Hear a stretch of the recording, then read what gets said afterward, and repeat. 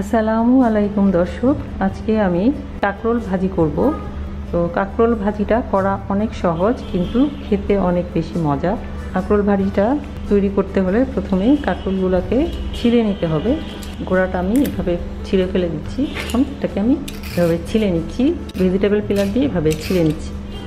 উপরে যে কাটা কাটা থাকে সেটা ফেলে দিতে হবে। তারপর এটার মুখটা এভাবে কেটে দিতে হবে। এখন এটাকে আমি স্লাইস করব। একটা কাঁকরোলকে আমি 4টা স্লাইস করব। 4টা স্লাইস করতে যে পরিমাণ পুরু হয় ঠিক সেই পরিমাণ এরকমভাবে পুরু করে কেটে নিব। এভাবে আমি মুখটা আগে ফেলে নিচ্ছি, গোড়াটা এভাবে হাত দিয়ে ছিলে নিচ্ছি। তারপর এভাবে পিলার দিয়ে পরের কাটা কাটাগুলো ফেলে দিচ্ছি। ইচ্ছে করলে এটা ছুরি দিয়েও ফেলা যায়। এভাবে এটাকে আমি 4টা স্লাইস করছি।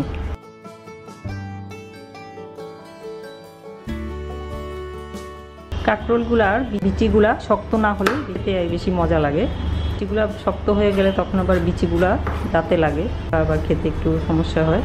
এভাবে আমি বাকিগুলাও ছিলে স্লাইস করে নিচ্ছি। সবগুলো কাঁকরোল আমি ছিলে কেটে ভালোভাবে পরিষ্কার করে ধুয়ে নিয়ে পানিটা ঝরিয়ে নিয়ে নিয়েছি। এখন আমি এই কাঁকরোলটাকে ম্যারিনেট করব। ম্যারিনেট করার জন্য যা যা লাগবে, এখানে আমি আধা চা চামচের চেয়েও কিছু কম হলুদের গুঁড়া নিয়েছি, আধা চা চামচ পরিমাণ লাল মরিচের গুঁড়া নিয়েছি, আর লবণটা নিয়েছি স্বাদ মতো। আর লাগবে ভাজার জন্য পরিমাণ মতো তেল।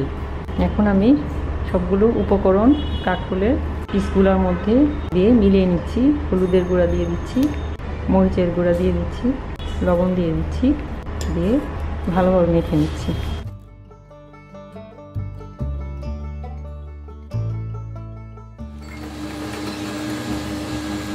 মাখানো হয়ে গেছে।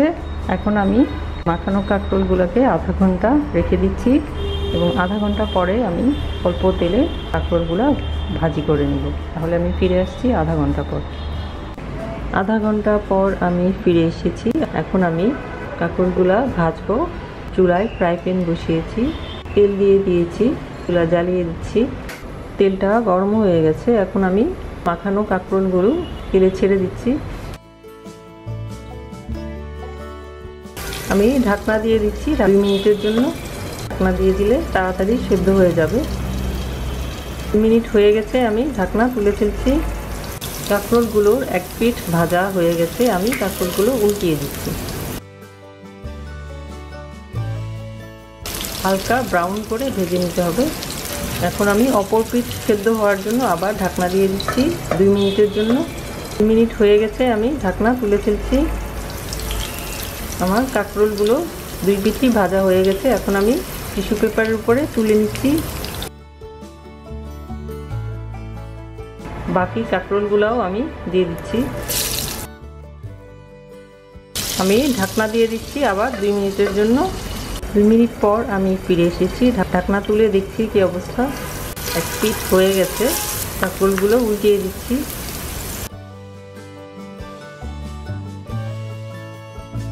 এখন আমি আবার 2 মিনিটের জন্য ঢাকনা দিয়ে দিচ্ছি। 2 মিনিট পর আমি ঢাকনা তুলে ফেলছি। আমার বাকি কাঁকরোলগুলো ভাজা হয়ে গেছে। এগুলো আমি তেলটা থেকে তুলে নিচ্ছি। এখন আমি 2টি আস্ত শুকনো মরিচ তেলের মধ্যে টেলে নিচ্ছি। হয়ে গেছে, এগুলো আমি তুলে নিচ্ছি। হয়ে গেল আমার খুবই সহজ কিন্তু মজার কাঁকরোল ভাজি। এই কাঁকরোল ভাজিটা আমরা রুটির সাথে, পোলাওয়ের সাথে, ভাতের সাথে খেতে পারি এবং খেতে খুবই ভালো লাগে। আশা করি আমার এই সহজ রেসিপিটি আপনাদের কাছে ভালো লেগেছে। ভালো লাগলে অবশ্যই লাইক দেবেন, শেয়ার করবেন এবং আমার চ্যানেলকে অবশ্যই সাবস্ক্রাইব করতে ভুলবেন না এবং সাবস্ক্রাইব করে অবশ্যই বেল বাটনে ক্লিক করবেন। সবাই অনেক অনেক ভালো থাকবেন এই কামনা করে আজকে এখানেই বিদায় নিচ্ছি। খুদা হাফেজ।